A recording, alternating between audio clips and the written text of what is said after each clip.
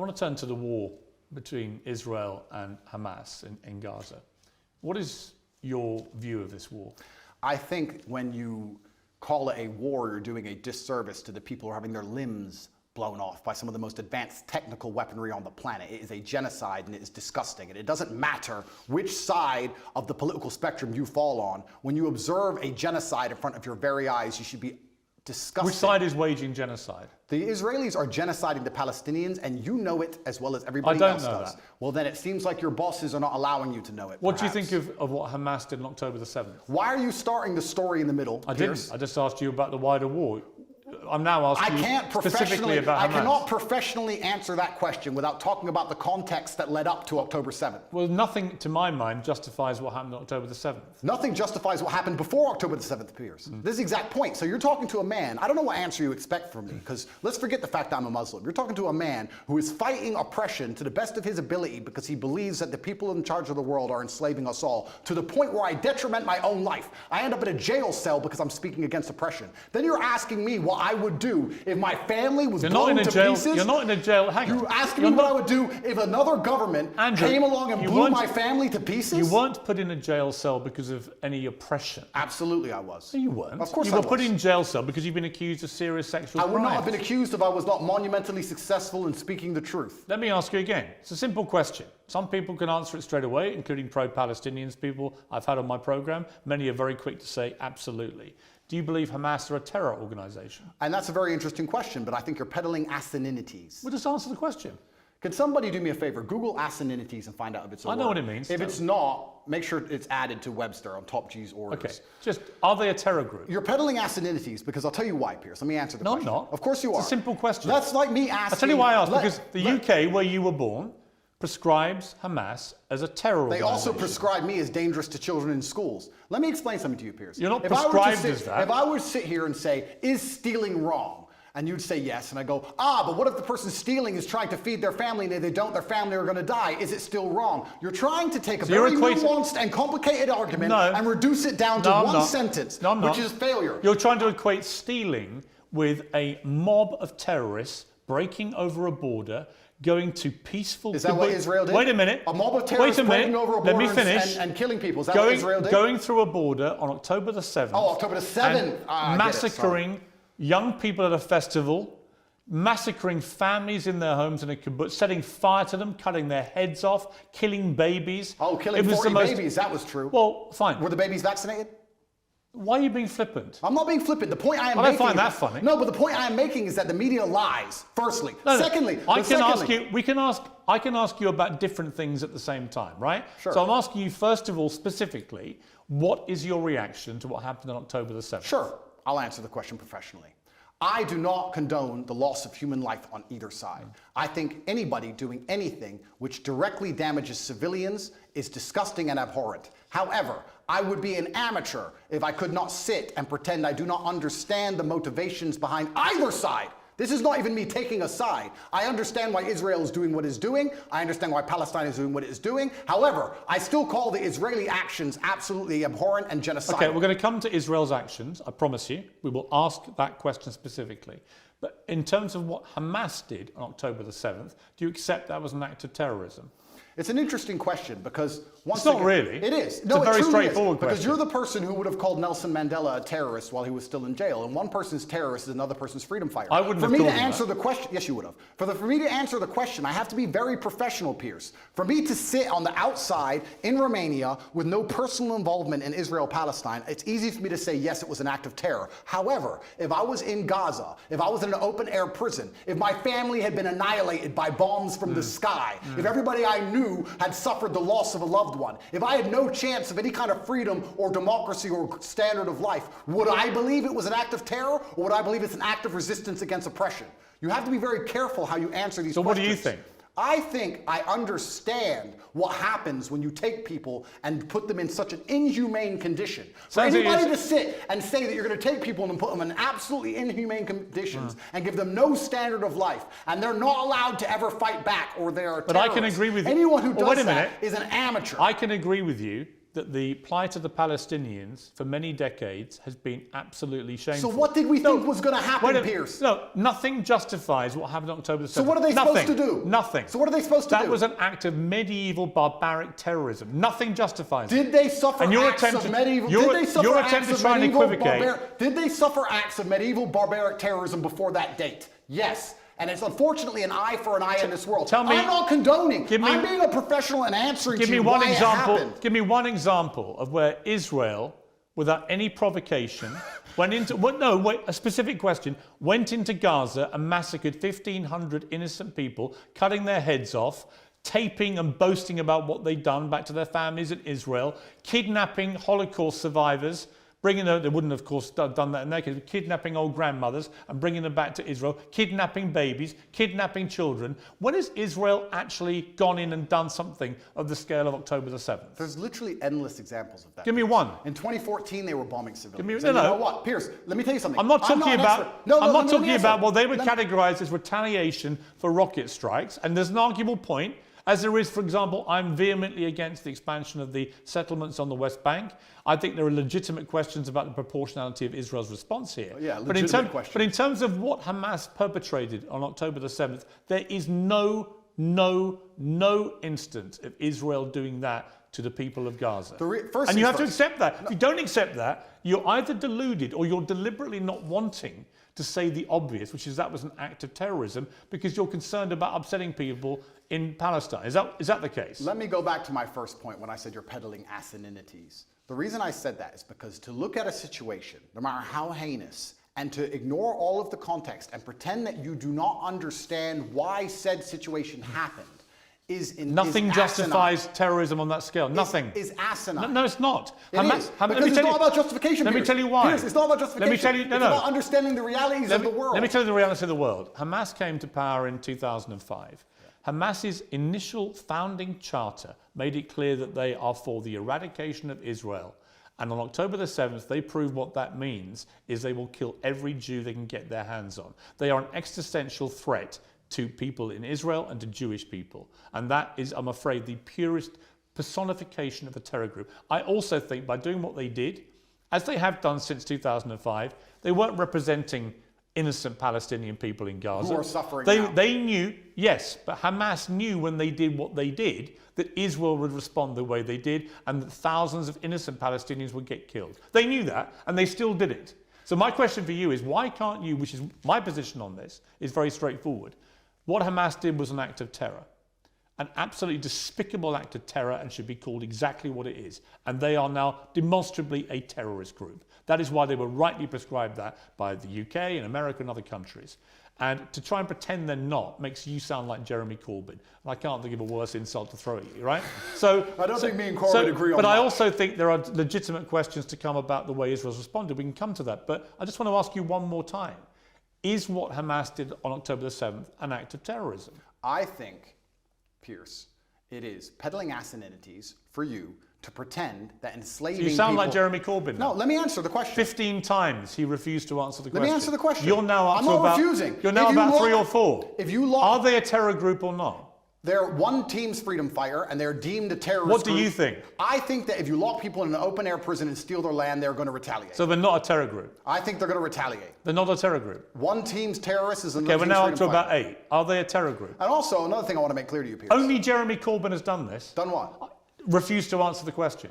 I think that what they are doing is seemingly deemed an act of terror by the people that the terror... Don't use weaselly words. They're not weaselly. Of course the Israelis think they're a terror group, and of course the Palestinians think they're freedom fighters. It's stupid that you're asking the question. Most of the civilized world thinks they're a terror group who committed an act of terrorism. It's not difficult. What they did was an act of terrorism. And I think that if Israel continues to conduct acts of terrorism on the Palestinian people, they're going to do nothing but strengthen the reaction. Well, that's a different conversation I'm about to have with you about Israel's response. But before I get there, one more time, is Hamas a terror group who committed an act of terrorism? I think that when you lock people in an open-air prison, you're going to have to expect you're not going to retaliation. No, because I have to... There's people who are... First things I want to say to Piers. If you don't mind me saying, I think it's spineless. Sure. I do. That's fine. You sound like Jeremy Corbyn. Well, that is an insult. Did you see my interview with him? No. Right. 15 times last week, I asked him the same question. 15 times he prevaricated and wouldn't answer. Eventually, when someone does that enough times, you know what they really think. Okay. You don't think they're a terror group. Well, let me answer. You don't think they're a terror group. No, what I think is this. On certain Because I'd be really curious what you think an act of terror is if it's not massacring 1,500 innocent people, it's not including Holocaust survivors, Piers. kidnapping babies, decapitating people, cutting their limbs off, raping women. Yeah, talk about missing limbs. We're going to talk about that when we talk about what we Israel are, have done. But so when we get there, it'll be in the context of you not admitting that was an act of terror. Well, let me answer the question for the final time. I am a realist. And as a realist, sometimes you do not come to the conclusion of labeling good guys and bad guys. The world is not black and white. Hamas are bad guys. No, the world is not black and white. The world is actually very gray. Anybody who sits and thinks there's clearly a good guy, there's nothing gray about what Hamas did, and clearly a bad guy does not understand how the world works. And as a realist, what you do is you look at scenarios and you understand why they happen, how unfortunate they are, how unfortunate the loss of human life is, how civilians die on both sides, how innocents are dying in a chess game played by the elites on both sides. Both sides, you have innocent people who didn't even vote for the person making the decisions, who are ensuring their death, signing their death warrants. It's unfortunate on both sides. But listen, sir, you would not advocate Russia doing any of the things to Ukraine that Israel is doing to Palestine. You would not sit here. Russia has been doing exactly that. Russia has not done a fraction of the things to Ukraine that Israel has done to Palestine. Russia illegally invaded a sovereign democratic country and has committed a barbaric rampage, trying to seize as much of Ukraine as it can, bombing maternity hospitals, killing innocent women and children. Right? Don't even try and have some kind of this is genuine equivocation of this. I will. A Hamas rocket, a tiny Hamas rocket that can make a pothole in the road, and then they get hit back with cruise missiles. Let me ask you a question. Ukraine sent a drone and it hit the Kremlin. A drone attack. It did nothing. It damaged some shingles. If Russia decided to then respond with a missile attack on a hospital and annihilate 800 people, it has been. Do you think that would be allowed? Exactly what it has been. Would you advocate for that? Have you seen? Would you support that? Have you seen the state of Mariupol, which they leveled to the ground? The Ukrainians did level it. You're correct. No, the Russians. 2014. The Russians leveled Mariupol. And my question to you is, would you advocate those reactions? Let me ask you another question, Piers. This is a genuine question. Let me ask you a question because I want to understand your point of view. It's actually my interview of you. Yeah, but you tried to understand mine. I just want to understand your point of view.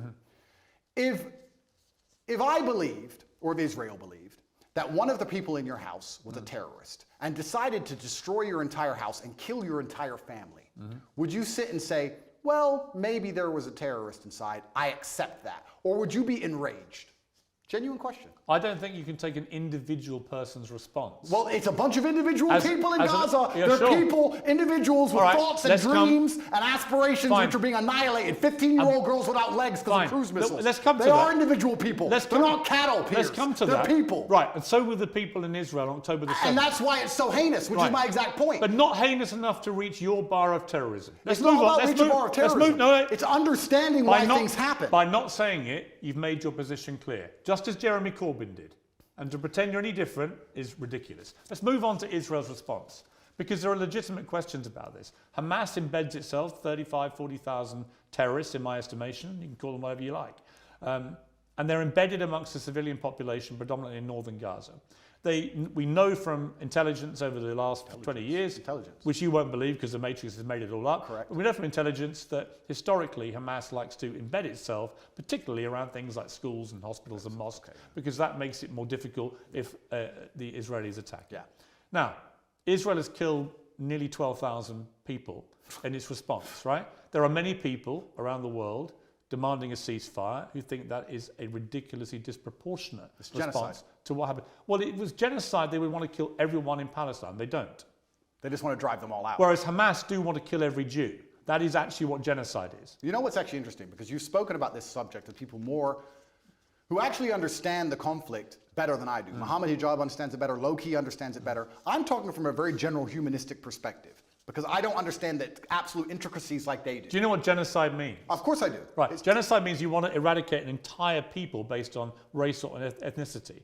Israel clearly doesn't want to do that to the Palestinian people. Clearly not. If it did, it wouldn't tell a million of them, as it turned out, who moved south. Now, there are arguments about whether to attack them as they moved. Well, some people got hit as they moved. Oh, some people got hit. Yes. Some people got hit. You know what, You know Andrew? what happens? You know what, Andrew? Wait till it's your son, son. You know what? Wait till it's your son. I agree. And you know what, Andrew? War is horrific. It's horrific. The question is it a just war for Israel to go after Hamas? And if it is, and you believe as I do, Hamas has to be got rid of, how do you do that? If you don't do it the way Israel is doing it, how do you get rid of that terror group? Now, you won't agree with anything they're doing because you can't even categorize them as a terror group. No, the reason I won't agree with them is because I'm a human, Piers. And please let me answer this without being interrupted. You didn't answer my earlier question for a reason, because you knew that you couldn't answer it without proving my point. The question about the fact that if they decided to cruise missile your house because they thought somebody inside was a terrorist, you would not accept the loss of your family that you have raised. You would not accept that. Of course I wouldn't. Okay, absolutely. So let me answer this as a professional.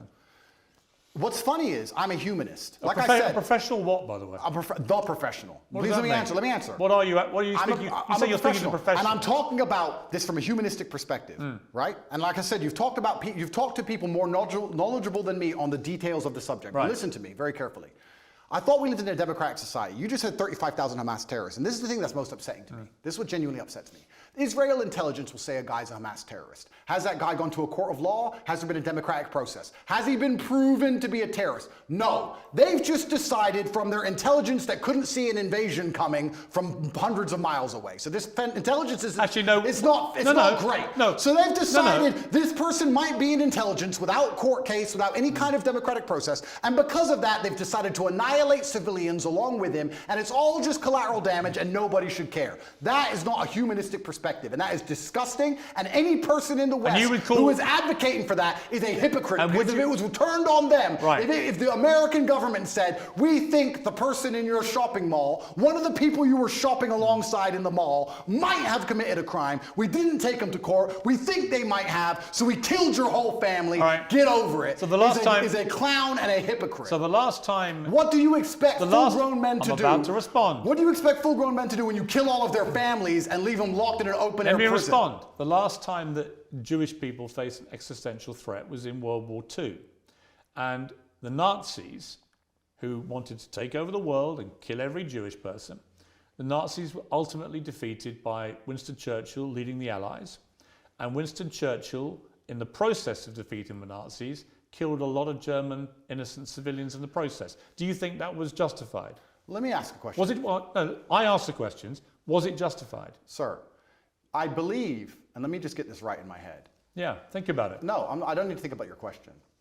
I believe that the Nazis, which were obviously heinous, I'm not advocating anything they did, it's disgusting, the Nazis. I'm glad we beat them. I'm actually a huge Were they terrorists? fan. Yeah, they were.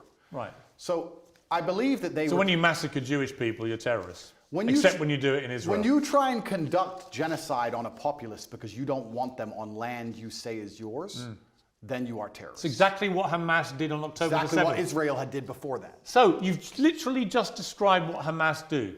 You just described what Israel do. They're trying to genocide the Palestinians as we speak. And this is the exact point. So Israel... No, but to sit here... Hang on, so you think Israel are terrorists? I think that what they're doing now is disproportionate and genocidal. Is it terrorism? It's genocidal, so I guess that makes it terrorism. It's genocidal. So they're terrorists for responding to an act of terror, but the people who committed the act of terror are not terrorists. The way in which they're responding... You see the problem in that argument? No. Really? Piers, what they are doing now... Slaughtering 1,500 people in the way they did it is not an act of terror by terrorists, but a response from the people who are on the receiving end, rather like the response of the Allies in World War II to what the Nazis did. That apparently is the only act of terrorism. Didn't you say 12,000 people the Israelis have killed thus far? Yes. I saw a video of a 15-year-old girl with no legs begging to die. Yeah. She was begging to die saying, I have no future because my parents are gone or my legs are gone. It's horrific. I have no future. No, but you say that, right? You talk about numbers and statistics and you say a few people got caught. You don't think of Gazans and you don't think of as Muslims and Palestinians as individual people. Oh, yes, I do. No, you don't. Because if you did, you would not be happy with what's happening. Don't you dare say that about me. Well, okay, then don't group them together in numbers. No, they're not numbers, they're I've spoken people. for many years about the plight of the Palestinian people. I think it's outrageous that Israel has any control over their ability to function with water, with fuel, with other energy, and so on, and food, and so on. That's interesting. It so is wrong. If you were in Gaza as a Gazan male of masculine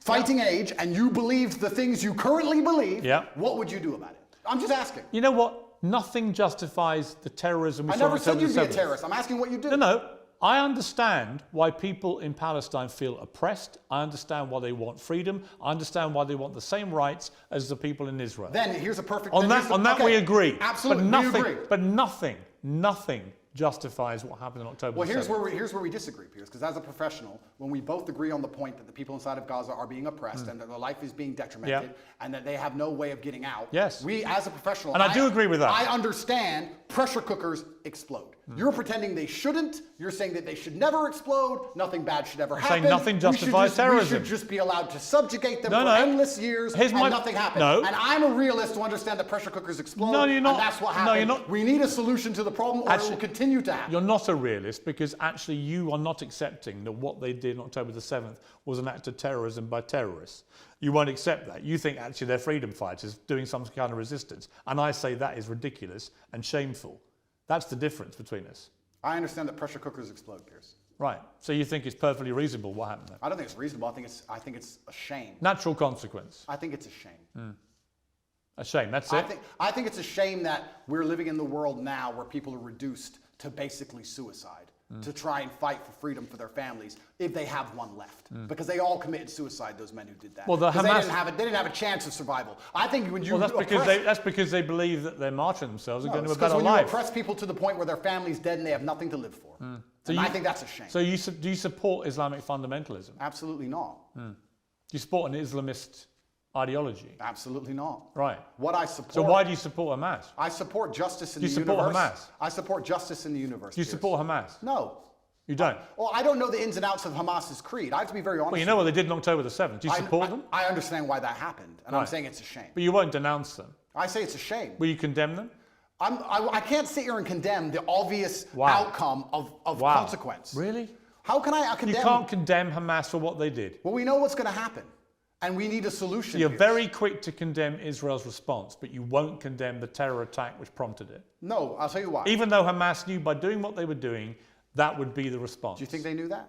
Of course they knew that. You think they knew the Israelis? They did it quite deliberately. You know why? Because they were funded and supported by Iran. They didn't like the fact that Israel was normalizing relations with a bunch of Arab countries, from the UAE to Bahrain to Morocco, and then coming down the line was going to be Saudi Arabia. That was a threat to the Iran view of what should be happening in that region. Iran are the ones who support and fund and arm Hamas, and they clearly, in my estimation, it hasn't been properly established yet, but clearly Hamas couldn't have done this on their own. They've done it with support from Iran, and they've gone and committed an act of such heinous atrocity that they knew what the response would be, and that means that they sentenced in that moment not just 1,500 people in Israel to death in the most appalling manner possible, but they also sentenced to death thousands and thousands of innocent Palestinians, including many innocent children, because half the population are children, and Hamas knew that was what was going to happen. So my question is, how can anyone think that Hamas is a force for good for the Palestinian people? They are a force I said they're for evil. unfortunate. No, I didn't say they're a force for good. I said it's a pressure cooker and it's a shame. But you won't even condemn them. Let me ask the question.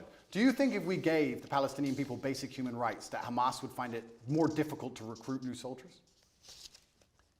I think probably if we treat them like humans, this won't happen. So we agree and let's move on. I think there's a real danger in the scale of Israel's response that you radicalize a whole new generation of Palestinians. I think that's a real danger. So by the way, I've said that. We can agree on that. So perhaps it was Israel's actions before October 7th that radicalized the soldiers who invaded. So you agree with me. So let's move on. No, I don't. No, nothing justifies what they did. Let me ask you about the reaction that you've had from certain people who I think at one stage you had a good relationship with. Sure. One is Jordan Peterson, and the other one Ben Shapiro. Let's talk about Jordan first. Sure.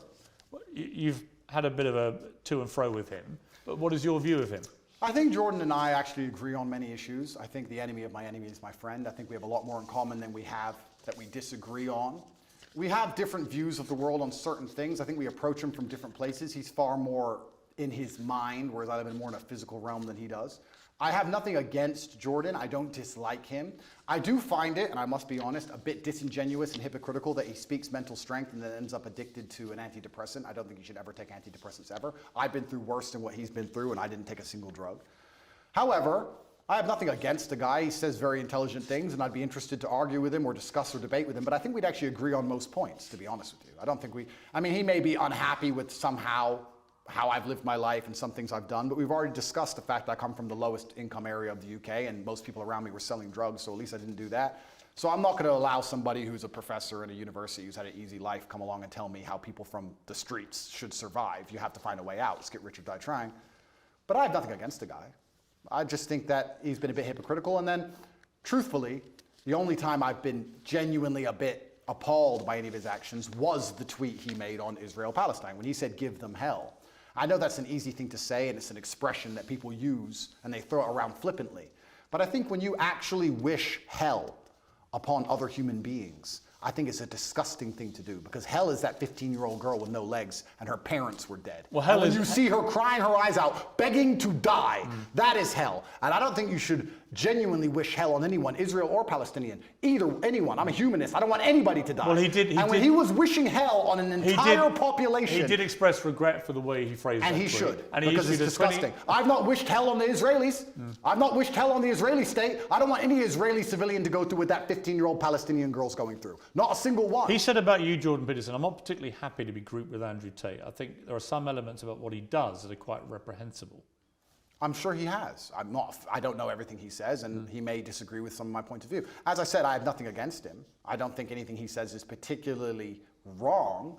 I think that he's hypocritical because of the antidepressant problem, and I think that the fact he wishes hell on other humans because he gets emotionally involved in a conflict, which within 2 minutes of it sparking off, he's wishing genocide. I think that says a lot about his personality. But overall, when he speaks at length, a lot of the things he says are pretty well thought through and pretty constructive. I have nothing against the guy. Let me turn to Ben Shapiro. He said, let me assure you, as someone who's not pimped women and bragged about it, that morality requires that those who rape women and kidnap women must be eradicated, not negotiated with.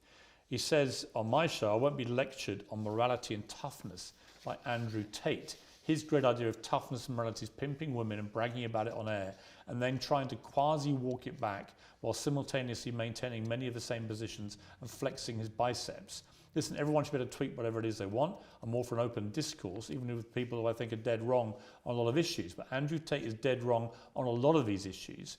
And the particularly ridiculous posturing about being yes, you're very tough when you want people to make peace with terrorists who've just murdered their children, very, very tough. What do you say to that? So Ben is a warmonger.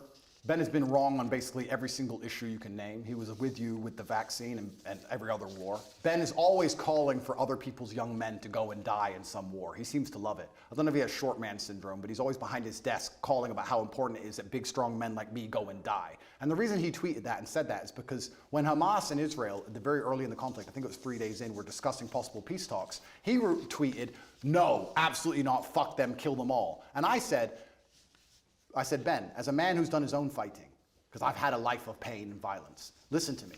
Peace is always worth a conversation. What I said is that we should always be prepared to at least discuss peace. He, because he's a warmonger, said, no, peace is not worth a conversation. You're this, you're that, da-da. Because he's always sitting behind his desk. He must have a booster chair, and he's always running his mouth trying to invoke violence and call for war. And I find it kind of hypocritical, because a man who's so small he would die if he was slapped on the street, sitting behind a desk and screaming for other people to be annihilated, I think is kind of, it's worse than hypocritical. It's insane. I believe if he was sitting here listening to this, he would say that what he's screaming for is for Jewish people in Israel to defend themselves. And he's a Jewish man. All Ben does is call for war. And I agree. Defending yourself. That's not all he does. That's all he does. And calling for war and defending yourself is very different than genocide. And Ben, like I said, overall, most of Ben's worldviews and mine probably align. We don't align on the religious sect, and we don't rely on the religious points. Fine. But our overall worldviews about how society should function probably align on many of the key issues. I don't have a beef with Ben, and I don't watch his show, and I have no idea what he talks about a lot of the time. But what I do know is that every time I turn it on, he's calling for someone else's son to go and die in a ditch somewhere for his interests. And I don't like people who are not advocates for peace. Blessed are the peacemakers, said Candace, who is far more intelligent than Ben will ever be. And she is completely right. He replied that rhetoric, starting an argument with me, when I said we should talk about peace. I say we should talk about peace. He calls for the death of civilians, and somehow we're asking why my point of view is seen as abstract. It's insane. Why can't we all just sit down and say the fighting must end? Why can't we do that? Why can't we sit and say, nobody should be dying, let's stop using the most advanced military weaponry on the planet to blow the limbs off children? Why can't we say that without being deemed some kind of terrorist sympathizer or anti-Semite? It's insanity. Trump came along and didn't start a single war. He's the only one who didn't. And they're going to come along him and make him a bad guy. When a new president comes in, it's just endless war and death and killing. Have you seen a dead body, Piers? Have you seen people lose a fucking limb? It's disgusting. I know what's happening over there. Have you seen that? I don't need to tell you about the parts of my history that I'm not prepared to share, Piers. You've seen people... I said it to Ben. I said people who have done their own fighting and seen their own violence and have seen people bleed out in the street from a stab wound are not going to be so smart and so quick to sit behind a desk and call for the death of innocent people. It's disgusting what's happening. I don't want anyone to die on either side. And when I come along as a peacemaker and say, this is insane, because he's a warmonger, because he has chosen blinkers and sees one side of the argument and refuses to accept the humanity of Palestinians, he says I'm a bad person for calling for peace. Well, you know why? Because he'll probably listen to this interview and say, this guy can't even describe Hamas as terrorists. If Ben Shapiro thinks bad of And if you don't think what happened to the people in Israel on October the 7th is an act of terrorism, did I not just say then you are, I want all people then to you stop are just dying? You are just as partisan to one side as you believe Ben Shapiro Did is I to the other. not just say I want all people to stop dying?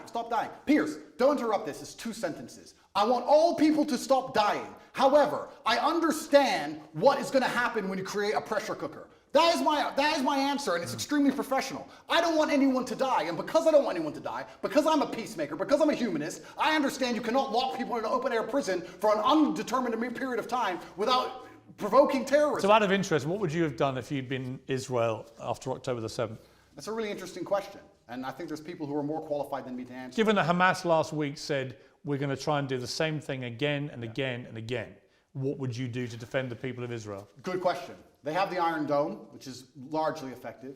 I think that their border security is usually effective. It's very interesting that it wasn't on this So you would day. say they would do nothing then, other than tighten up security? I think if I was truthfully, I'll answer the question. If I was truthfully in charge of Israel, I would have found out how our border was penetrated. I would have made sure that was impossible to do. I would have had large conversations and discourse during that period, which would probably take weeks to ensure that my border was impenetrable because we were at no genuine threat of a repeat attack. And then I would make it clear that there will be some repercussion unless we can come to peace terms. I don't think the Hamas doesn't want peace. Of course not. But I'm saying that's their fine. stated position. Of course. So does it mean okay, peace but you're with asking Hamas? what I'd do. I would have found out. First things first. I'm a man. So first things first, you fix the problem. Okay, our border's been penetrated. How do we make sure that doesn't happen again? Sure, How did it happen? Internal investigation. Of course. Let's make sure the border's secure. Now our civilians are safe. Our civilians are safe, which buys us time. Let's have a conversation and see if we can actually reason with Hamas. If we can't, then there might be some military intervention. Then what? But there certainly wouldn't be bombing hospitals, cruise missiling refugee camps. There wouldn't be any of the things that's going on now. Absolutely You not. wouldn't try and attack the people that No, did it. because this is a rushed and emotional response.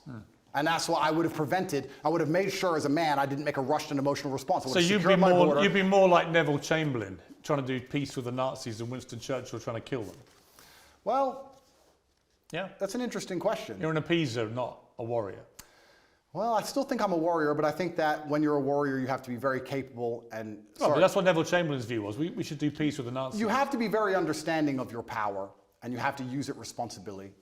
And just like I said earlier, when I'm trying to be responsible about what I say to the young men of the world, I would understand as Israel, I must be responsible with my massive military might to make sure I don't kill civilians. And I would sit and try and make a measured response, and I'd be a professional, and I would consider them human beings, and I would secure my border and try and come up with a plan better than, oh no, I'm mad, I'm emotional now, let's go kill everyone. I think that's the wrong response. Correct. I don't think that's the right thing to do. We've spent a long time talking. You're going to find out at some stage today or in the next few days whether you're going to get your possessions back. That will either happen or not happen. But then there's likely to be a trial, and that will determine how you spend the next 10 years of your life, almost certainly, which is a sobering thought for anyone. When you look back on the whole arc of the last few years, you know, you've expressed some regret because of your turning to Islam, your change in your philosophy from a religious perspective. You've acknowledged that some of the stuff you used to do was immoral. Do you look at the journey you've gone on here and think that in a way, notwithstanding the matrix and everything else, that maybe you yourself could have done things differently to avoid being in this position? Absolutely. I'm a man and I take absolute self-accountability. You have to, as a man, your superpower is looking in the mirror and understanding everything that happens to you, both good and bad, to a degree is your fault. It could have all been influenced. I could have avoided all of this. I could have avoided the Matrix attacks, I could have avoided jail cell, if you don't let me use that term. I could have avoided all the negative press. I could have chosen to work in Starbucks and just stayed a nobody. I made choices that put me in this position. I take responsibility for them. I said things on the internet in a satirical way on videos that got 110 views when YouTube was brand new that I did not expect to become the most viral videos in the world because I didn't expect to become the most famous and known person on the planet. That's all true.